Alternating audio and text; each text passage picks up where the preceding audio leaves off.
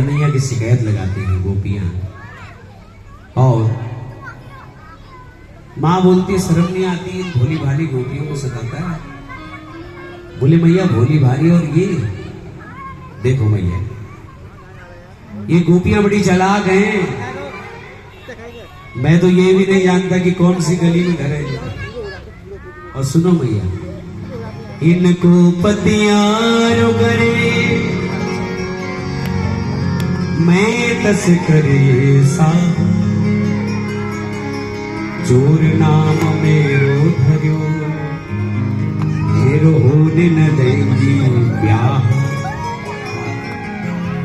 ए भैया सुन ले, ये गोपियों ने चारों दिशाओं में मुझे बदनाम कर दिया कि कन्हैया चोर है।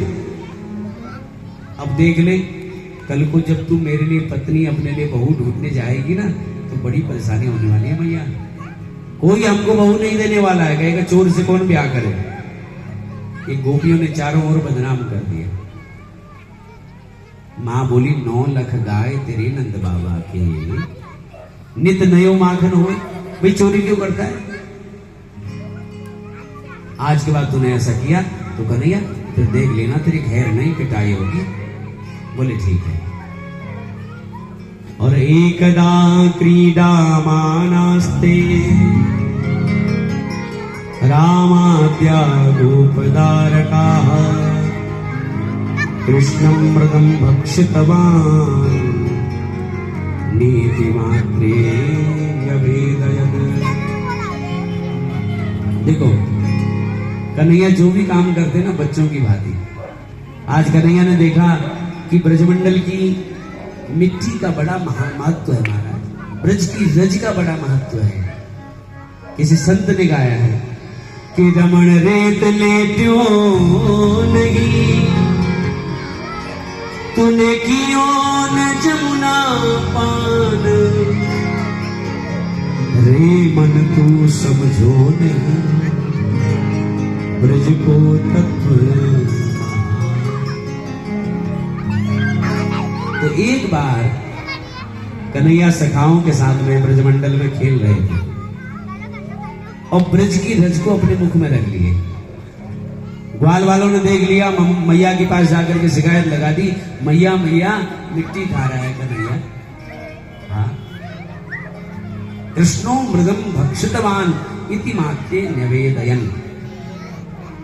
सोटी उठा ली यशोदा ने, बुलाओ उसे, लाओ हमारे पास।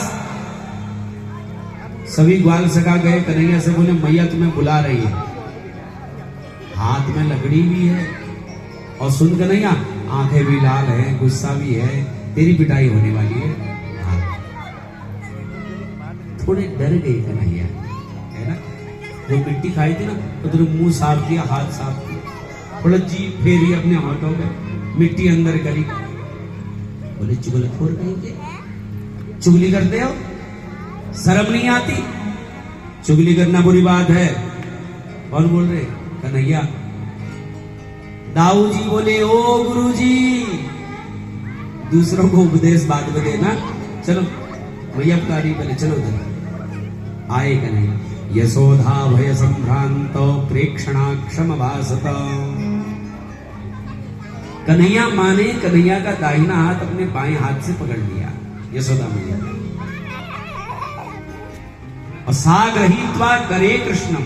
देखो यहां लिखता है भागवत जी कहती है कि साग्रहीत्वा करे कृष्णम उपालम्ब हितैषणी। ओ कितनी अद्भुत बात कह दी सुखदेव जी ने कि भैया मां डांटती भी है तो बच्चों का हित करने के लिए। साग्रहीत्वा करे कृष्णम उपालम्ब हितैषणी। मैं आपको ये नहीं सुनाऊंगा कि कन्हैया ने केवल मिट्टी खाई, मैं आपको सुनाऊंगा कि कन्हैया ने मिट्टी क्यों खाई, किस लिए खाई। मां ने पूछ लिया कि कस्मान मृदमा मदान्तात्मन, कि कस्मान मृदमदान्तात्मन भवान भक्षितवान रह, ये वदन्ति तावकार्योते समस्ते ब्रजो है। मैया बोली, क्यों रे चटोरे, है तेरी जीभ पर तेरा कंट्रोल नहीं है? अरे घर में खाने के लिए माखन रोटी है ना, सब्जी रोटी है ना, दाल चावल है ना, पर साहब को मिट्टी चाहिए। बताओ, मिट्टी खा रहे हैं साहब। सुबह से इतना बढ़िया स्नान करती हूँ, चंदन लगाती हूँ, बगलबंदी पहनाती हूँ, बैजंती माला पहनाती हूँ, माथे में चंदन लगा देती हूँ, और साहब मिट्टी में लोटपोट होकर के सब गुड़गोबर कर देते हैं। धूली धूसरितांगस्तुम पुत्र मज्जनमावह। यशोदा बोली, क्यों खाई मिट्टी? अच्छा बता, तुझे मिट्टी से इतना प्रेम क्यों है भाई? तुझे ये धूली से इतना प्रेम क्यों है बता? जरूर तू पूर्व जन्म में सूकर रहा होगा। क्या रहा होगा? जरूर तू पूर्व जन्म में सूकर रहा होगा। तुम सूकरे होसी गत जन्म निपूत नारे, इत्युक्त स्मृति मुखोवत तो मुरारी। देखिए, ये जो श्लोक मैंने बोला ये भागवत जी का नहीं है, ये भागवत जी पर जिन लोगों ने टीका लिखी हुई है उनका ये प्रसाद है। क्या कहती है? तुम सूकरो सिगत जन्म निपूत नारे।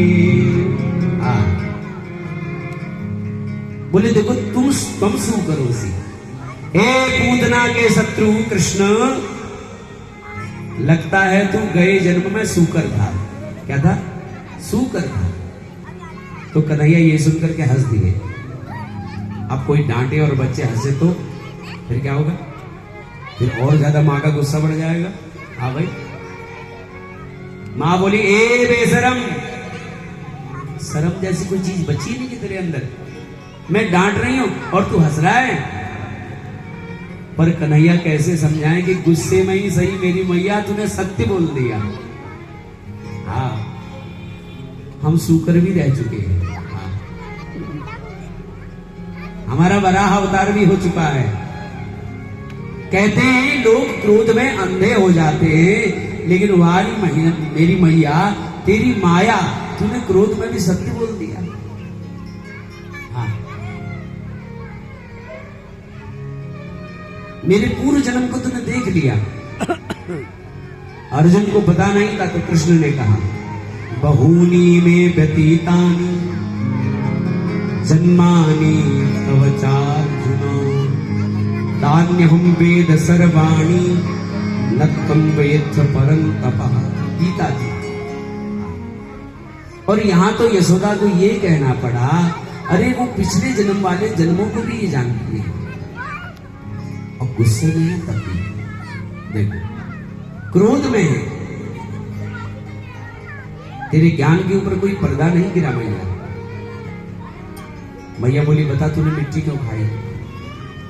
पूर्व आचार्यों ने, पूर्व टीकाकारों ने मिट्टी खाई तो क्यों खाई, इस पर अपना चिंतन दिया है। एक भाव तो यह है कि भगवान पृथ्वी के घर में आए हैं। किसके घर में आए? सुनिएगा इस भाव को। भगवान आए हैं पृथ्वी के घर में। अब हम किसी के घर जाएं तो हमें कुछ न कुछ लेना पड़ता है कि नहीं बोले? भाई किसी के घर जाए, बोले महाराज थोड़ा सा ड्राई फ्रूट तो लो, नहीं मन नहीं, तो फल तो लो महाराज, नहीं। अच्छा ये थोड़ा दूध, तुम एक काम करो यार, तुम बहुत जिद कर रहे हो, एक चाय पिलाओ, चलो चाय पी लो, पीछे छुड़ाओ। मन तो नहीं है, बल्कि चाय पी लेते। तो किसी के घर अगर हम जाते हैं तो कुछ न कुछ तो लेना ही पड़ता है ना, ग्रहण करना ही पड़ता है। तो भगवान भी पृथ्वी के घर में आए हैं। तो बोले पृथ्वी से हमको, पृथ्वी जब इतना आग्रह कर रही है तो हमको कुछ तो लेना ही होगा। तो भगवान ने मिट्टी उठाई और पृथ्वी का वो प्रसाद रख लिया अपने मुख में। हाँ, एक भाव ये है। और दूसरा, कृष्णो मृगम भक्षितवान, क्यों खाई मिट्टी? भगवान ने सोचा इतना अधर्म बढ़ गया है, और इतना अधर्म जब बढ़ गया है तो भाई ये ब्राह्मण लोग क्या कर रहे हैं? ये ब्राह्मण हैं कहां?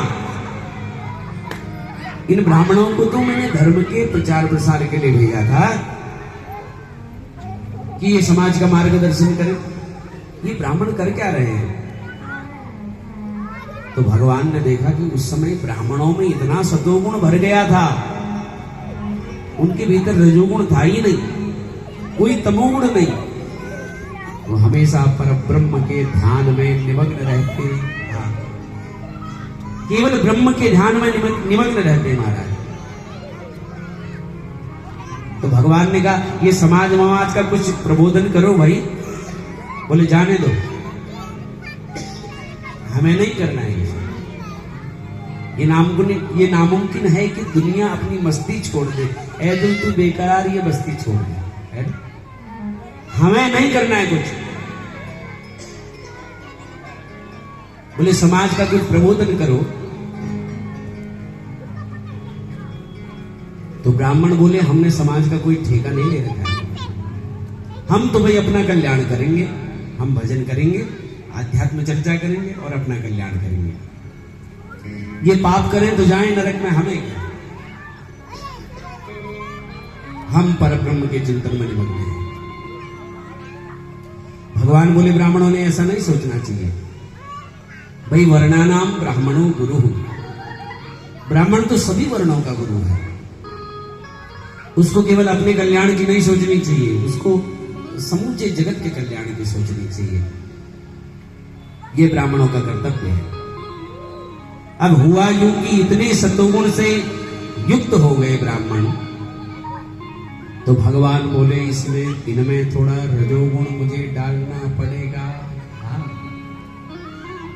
ब्राह्मणों में थोड़ा रजोगुण का प्रवेश आवश्यक है, क्योंकि रजोगुण ही प्रवृत्ति में प्रेरित करता है। तो भगवान ने कहा हमारे मुख में भी तो 32 द्विज है ना। द्विज माने ब्राह्मण, द्विज माने दांत, द्विज माने पक्षी। द्विज के अनेक भाव हैं। द्विजायते इति द्विजः, जिसका 2 बार जन्म होता है वो द्विज है। तो मेरे मुख में भी 32 द्विज हैं। इसलिए वेद की श्रुतियां कहती हैं ब्राह्मणोश्च मुखमाशी। हाँ, श्रुति कहती है। इसलिए भगवान ने रज उठा करके मुख में रख दिया, मतलब ब्राह्मणों में रजोगुण का प्रवेश कराया, ताकि वो थोड़ा सक्रिय हो वेद के धर्म के प्रचार प्रसार के लिए। इसलिए मिट्टी उठा करके भगवान ने मुख में रख दी। बोले बाल कृष्ण लाल की जय हो। अब मिट्टी खाई है तो हकीकत है कि नहीं? मिट्टी तो खाई, दाऊ जी ने देखा, सभी सिखाओं ने देखा। पर जब यशोदा ने पूछा कि क्यों खाई मिट्टी, तो अब सत्यवादी हरिश्चंद्र बोल रहे हैं। और क्या बोल रहे हैं जानते हो? नाहम भक्षितवान अम्ब, ए अम्ब, नाहम भक्षितवान, मैंने नहीं खाई। कि नाहम भक्षितवान अम्ब, ये सर्वे मिथ्या भिसंसिनः, यदि सत्य गिरस्तर ही तो समस्यम पश्यमे मुखम। तो बोलिए अच्छा, ये ग्वाल बाल भी तो कह रहे हैं कि तेने मिट्टी खाई। अग्रजः अपि आयम, ये तेरा भाई बल्लाऊ भी कह रहा है देख तूने मिट्टी खाई। कन्हैया की बोले मालूम? कन्हैया बोले सर्वे मिथ्या विसंसिना, ये सब झूठे हैं, ये सब झूठ बोल रहे हैं। मैया बोली वारे मेरे हरिश्चंद्र, संसार में एक तू ही सच्चा है, बाकी सब झूठे हैं, है ना? मैं कैसे मान लूं कि तूने मिट्टी नहीं खाई? तो कृष्ण बोले यदि सत्य गिरस्तर ही तो समस्यम पश्चिमे मुखम। यदि तुझे लगता है कि मैंने मिट्टी खाई तो तू एक काम कर मैया, तू मेरे मुख में देख ले। हाँ, मधुमंगल बोला अब वो मुख में थोड़ी होगी, अब तो वो पेट में चली गई होगी, कितनी देर होगी? भगवान बोले अभी कुल्ला थोड़ी किया हमने, है कि नहीं? अरे थोड़ी बहुत दांतों में तो फंसी होगी ना, तो इसलिए देख लो। और मैया ने जैसे ही लाला से मुख खुलवाया, लाला ने अपना मुख खोला और मैया को दिखाया, तो मैया ने श्री कृष्ण के मुखारविंद में पूरे ब्रह्मांड का दर्शन कर लिया। बोले बाल कृष्ण लाल की जय हो। माँ को अनंतानंत ब्रह्मांड का दर्शन हुआ। रामचरितमानस में लिखते ही गोस्वामी तुलसीदास जी, अगणित रवि शशि सेवा चतुरानन। भगवान ने मुखारविंद खोला तो देखा कि सातों द्वीप, सातों समुद्र भगवान के मुख में दिखाई पड़ा। यशोदा मां को आश्चर्य हुआ अपने लाला के मुख में ये सब देख, मैं क्या देख रही हूं, ये कैसे हो सकता है? कहीं ये स्वप्न तो नहीं, कहीं ये देव माया तो नहीं, कहीं ये मेरी बुद्धि का मोह तो नहीं? नहीं, ये स्वप्न भी नहीं है, मैं जाग रही हूं। और ये देव माया भी नहीं है। क्यों? क्योंकि देव माया तो इनकी अंगुली पर नाच रही है, ये देव माया नहीं हो सकती। ये मेरी बुद्धि का मोह भी नहीं है। आज मैया ने स्वीकार कर लिया कि मेरा कृष्ण, ये मेरे लाला का स्वाभाविक ऐश्वर्य है। ये मेरे कृष्ण का स्वाभाविक ऐश्वर्य है। पहली बार स्वीकार किया कि जिसे मैं पुत्र समझ रही हूं वो जगदीश्वर है। मानस में लिखते हैं गोस्वामी जी, अस्तुति करी न जाए भयमाना, जगत पिता में सुत करी जाना। रामायण और भागवत दोनों का चरित्र। यहाँ कौशल्या को विराट रूप दिखाया बालक राम ने, यहाँ उहाँ दुई बालक देखा। और यहाँ कृष्ण ने यशोदा को विराट रूप दिखाया। भगवान ने देखा और कहा, यहाँ यदि मुझे भगवान मान लिया तो सारा मजा ही चौपट हो जाएगा। हाँ, तब तो मैया गोदी में नहीं बैठाएंगी। अगर मैया ने हमको जान लिया तो मैया गोदी में नहीं बैठाएगी। अब माथे पर हाथ नहीं रखेगी, अब आशीर्वाद भी नहीं देगी, अब प्रेम भी नहीं देगी, अब तो स्तुति करेगी। अरे मां, भले ही हम जगत पिता हैं, पर तेरे तो पुत्र बनकर के आए हैं। तो मैया को भुलावे में डालने के लिए भगवान ने मैया के ऊपर अपनी माया का प्रयोग कर दिया। ध्यान देना,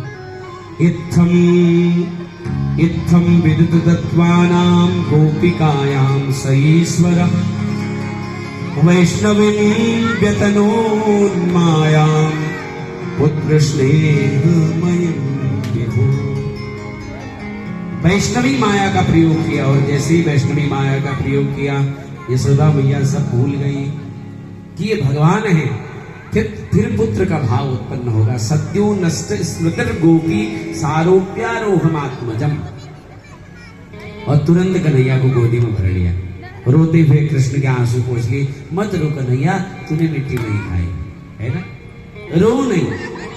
मैंने मान लिया कि तूने मिट्टी नहीं खाई, पर रोना नहीं। देखो सखाओं से बोली, झूठ बोलते हो, मेरे कन्हैया को फंसाते हो, भागो यहां से।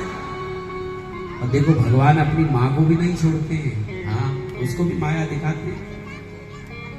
मैया यशोदा को भी पकड़ती है माया, और वैष्णव को जो माया पकड़ती है उसका नाम है वैष्णवी। क्या नाम है? वैष्णवी। इसलिए यहां पर लिखा है, वैष्णवीं व्यतनोन्मायां पुत्र स्नेहमयीं विभुम। हाँ, उसका नाम है वैष्णवी माया। तो इस प्रकार भगवान ने अपनी मैया को ब्रह्मांड दर्शन कराया। आज भगवान तो देखो कितना भी बड़ा यज्ञ कर लीजिए, कितनी भी बड़ी भारी तपस्या कर लीजिए, पर जब तक प्रेम नहीं आएगा तब तक गोविंद नहीं मिलेगा। गोविंद को प्राप्त करने का साधन केवल और केवल प्रेम है, बस है ना। राम ही केवल प्रेम प्यारा। अमल भक्ति जब आएगी तो गोविंद मिल सकता है। एक आकर्षण होता है प्रेम का, एक विशेष अनुरक्ति होती है प्रेम की, और जब प्रेम आता है तो फिर संसार फीका लगने लगता है। यशोदा के घर में सैकड़ों दास दासियां हैं, लेकिन यशोदा अपने बालक की सेवा स्वयं करती है खुद, और तो और दूध पिलाती है स्वयं का, माखन भी पिलोती है स्वयं, मालिश करती है स्वयं। आजकल ये संस्कार प्राय लुप्त हो चुका है कि नहीं? माताएं अपने बच्चे की सेवा ही नहीं करती, उसके लिए आया रख लेंगे, दासी रख लेंगे, इससे क्या संस्कार आएंगे? आजकल की माताएं अपने बच्चों को अपना दूध तक नहीं पिलाती महाराज। वो बचपन से ही वो बोतल का दूध पिला दिया बच्चे को। अब बचपन से इसने बोतल पिया तो ठूले में फिर उनको बोतल की आदत पड़ गई है ना, फिर वो बोतल ही मांगता है।